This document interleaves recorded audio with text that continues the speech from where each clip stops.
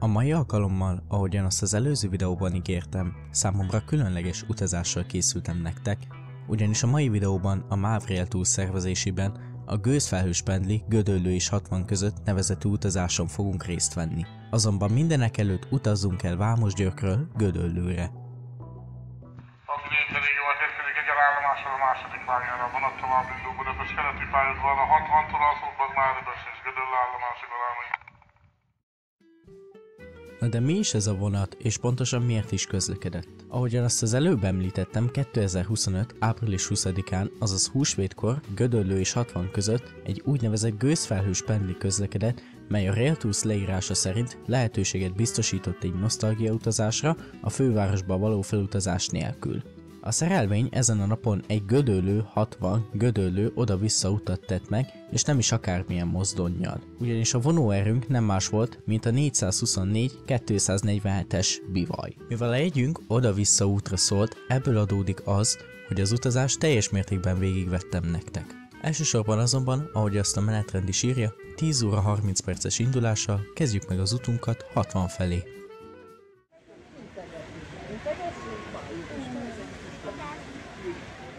Gödöllő, 10 óra 32 perc.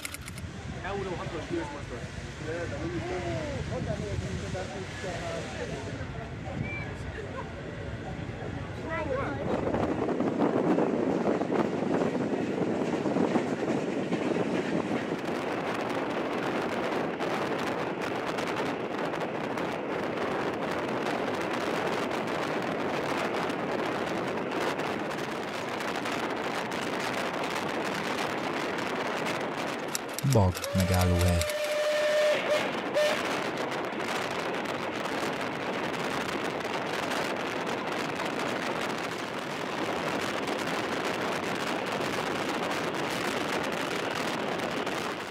Na de miközben én utazok, nézzük végig a vonatot kocsi összeállítás tekintetében. A vonatban az út során 2 darab étkező kocsi, egy VR252 és egy VR4252, 2 darab harmadosztályú, egy CMN és egy CAU kocsi közlekedett, amiben mi is utaztunk. Ezek mellett még megtalálható volt a vonatban egy AVA és egy ABAU kocsi is. A vonatban helyet foglalt még egy DA6404-es kocsi is, mely annó 1915-ben eredetileg kalózkocsinak épült, mára már nosztalgia büfé kocsiként látja el szolgálatát. Hévízgyörk megállóhely.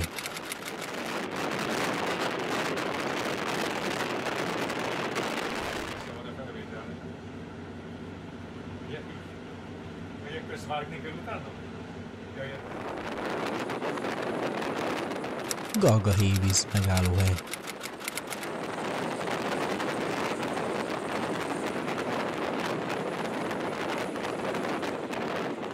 Most pedig beszéljünk egy picit a magyar gőzmozdonyok történetéről. A 424-es sorozatú magyar gőzmozdonyokat az államvasutak először 1918-ban rendelte meg, de a gyártás csak 1924-ben indult meg. A mozdonyokat Kertész Béla tervezte, és univerzális, túlhevítős kivitelben készültek. Több technikai újítást is kipróbáltak rajtuk, például csillagfúvót és kettős kéményt. Bár kísérleteztek ingavonati közlekedéssel is, a technikai korlátok miatt ez nem vált be. Az 1960-as évektől fokozatosan háttérbe szorultak a dízel és villamos mozdonyok megjelenésével, végül az 1980-as évektől kezdték selejtezni őket. A 424-es a legsikeresebb magyar gőzmozdony sorozat volt, 514 példány készült belőle, és napjainkban is 2 működő példánya üzemel.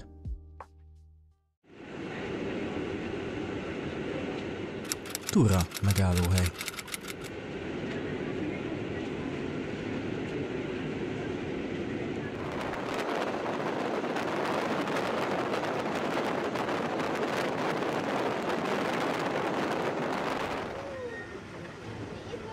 Ilyen másik vonat. Megint fog szenteni.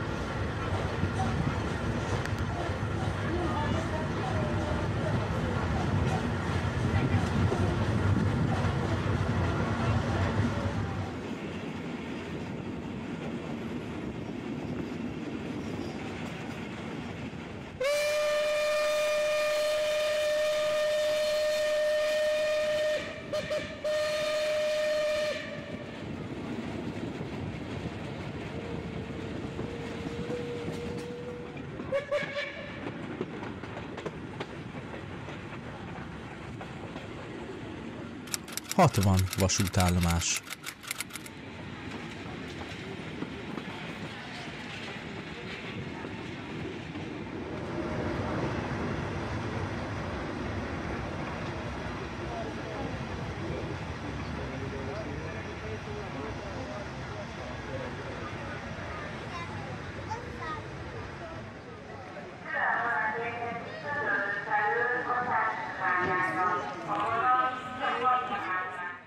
Nos, amint láthatjátok, megérkeztünk 60-ba. A menetrend szerint itt most egy körülbelül 2 órás várakozás vár ránk, ugyanis időbe telik, még a mozdonyt megfordítják, illetve az egyéb technikai problémákat orvosolják. Viszont addig nézzük meg újra a kocsikat egy kicsit részletesebben, narrálás nélkül.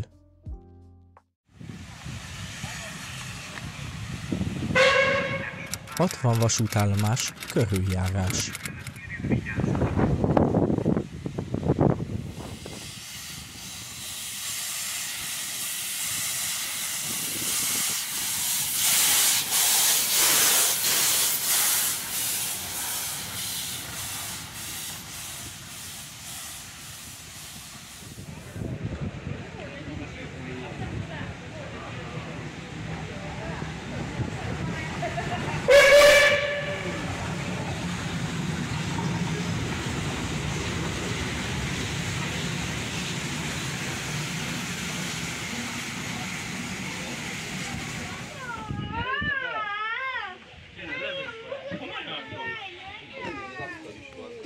Tedd le. Ugye milyen jó? Hát én inkább utaznék nekem.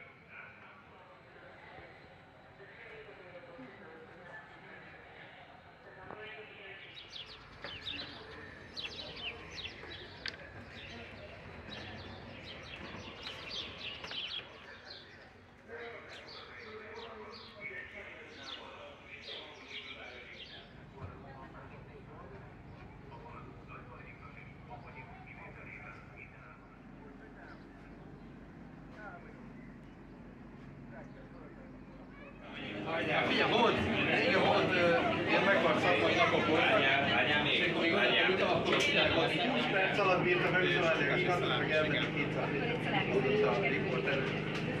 20 perc, mi az a vasút történetében?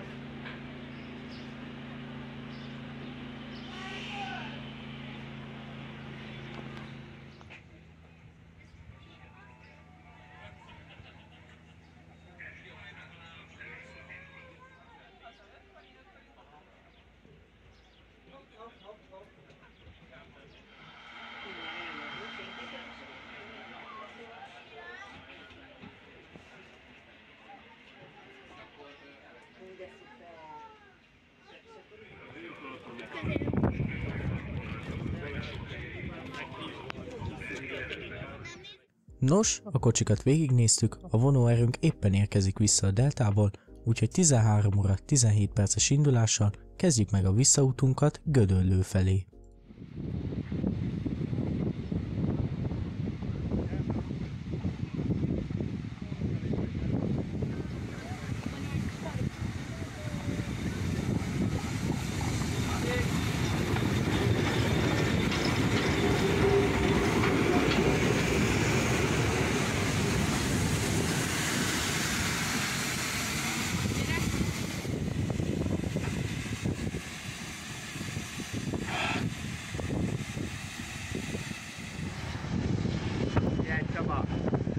Indulunk.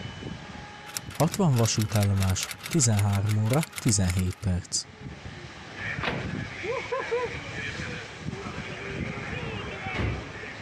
Figyelj, egy képet. Még egy.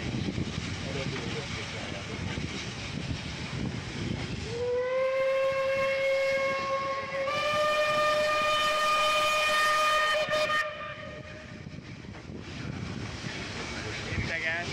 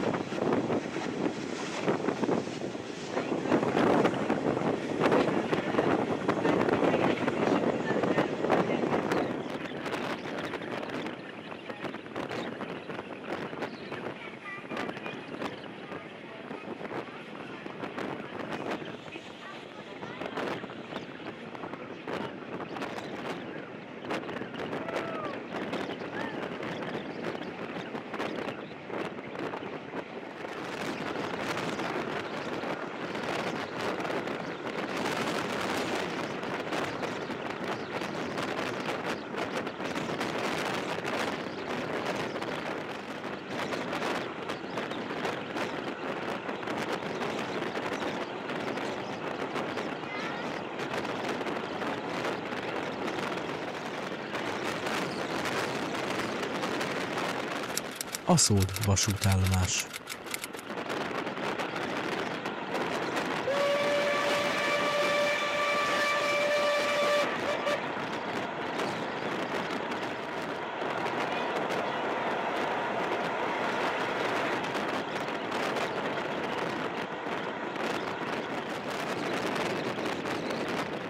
Bag megállóhely.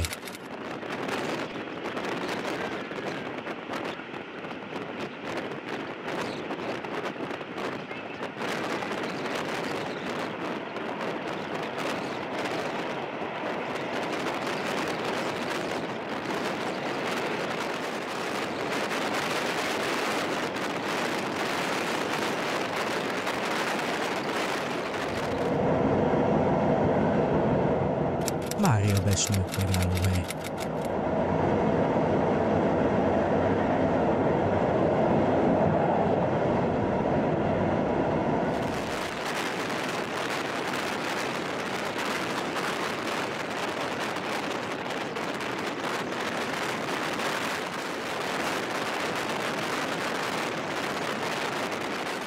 Gödöllő vasútállomás.